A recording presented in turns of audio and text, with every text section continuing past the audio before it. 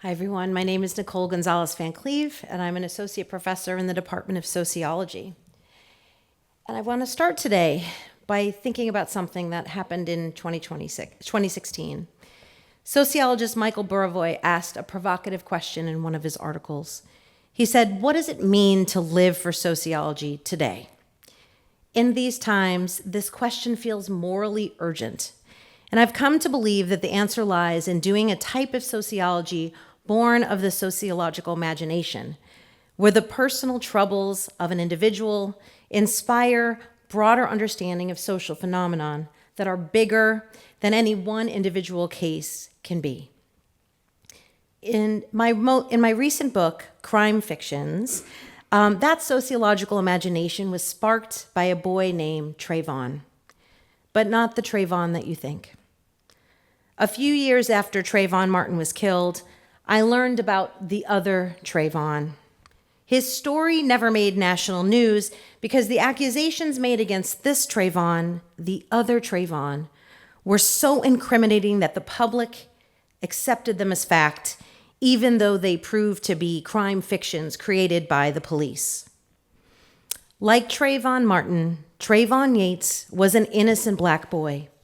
And because his name was similar to a wanted man, the police came to his house with the expectation of taking Trayvon back to the station on an armed robbery charge.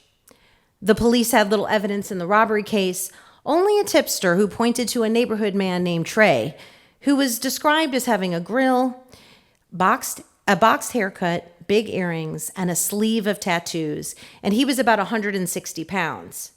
So without a Trayvon that fit that description, the police went with 17-year-old Trayvon Yates, a boy with such profound disabilities that he was more like a neurotypical 9-year-old. Police went to his house with weapons and cuffed Trayvon, putting him into custody despite his parents' pleas. In any other situation, just like we're seeing in ICE arrests, this would be a kidnapping because the police had no warrant and they didn't make an arrest. During the interrogation, Trayvon prayed out loud to God, and he begged for his mom 35 times. And when he maintained his innocence, the police came on stronger. Do you want people to think you're a thug and a hardcore who runs the streets robbing people, who's just gonna sit here and lie, and when all the evidence points towards him? But that was a lie, told by the police, because there was no evidence.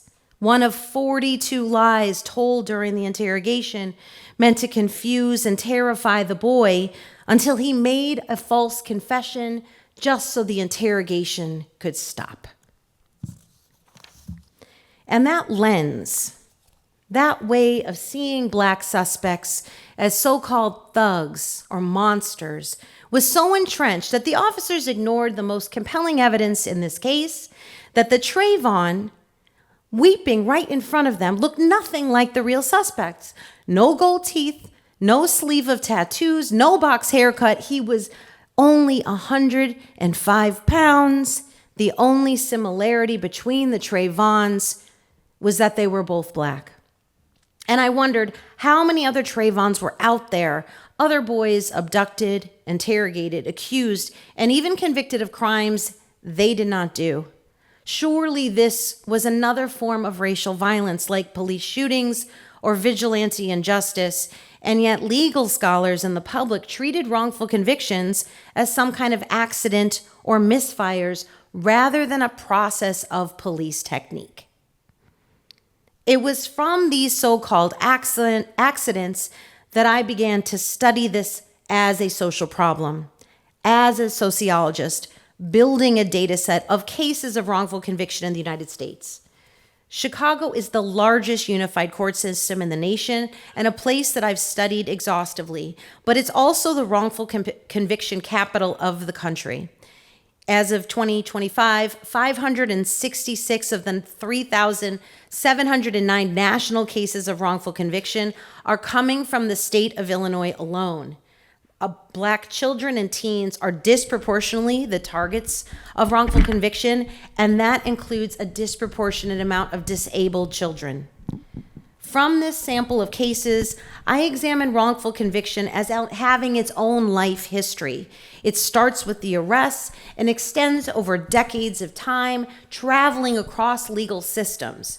And by adding layers of data, I rebuild these wrongful conviction cases from the ground up, including interviews, archival material, legal filings, years of fieldwork in the court system, and all of it was done here at Brown with undergraduate students, 20 of them passing the torch alongside me as I built these theories. And what we found was that there was cultural stigmas around race that were so powerful that we placed blind faith in police when evidence, including scientific evidence, says otherwise. There's a boy who's sentenced to life for a double murder, even though the police had him in custody during the time of the murder. There are the so-called Wolfpack cases, many of them, where the DNA did not match any of the boys, but they were convicted anyway. And there were cases where prepubescent boys as young as 7 and 8 years old were charged with murder and sexual assault, despite it being impossible to commit a crime such as sexual assault at such a tender age. And the DNA did not match. And yet in all these cases, we believed, the public, the media, the judges, and the juries.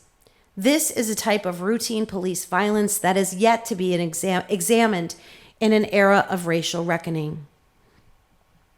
In this study, it was racism that was a type of evidence of things unseen that fills the gap between the accusation made by the police and the incriminating narratives they create to make it all seem real.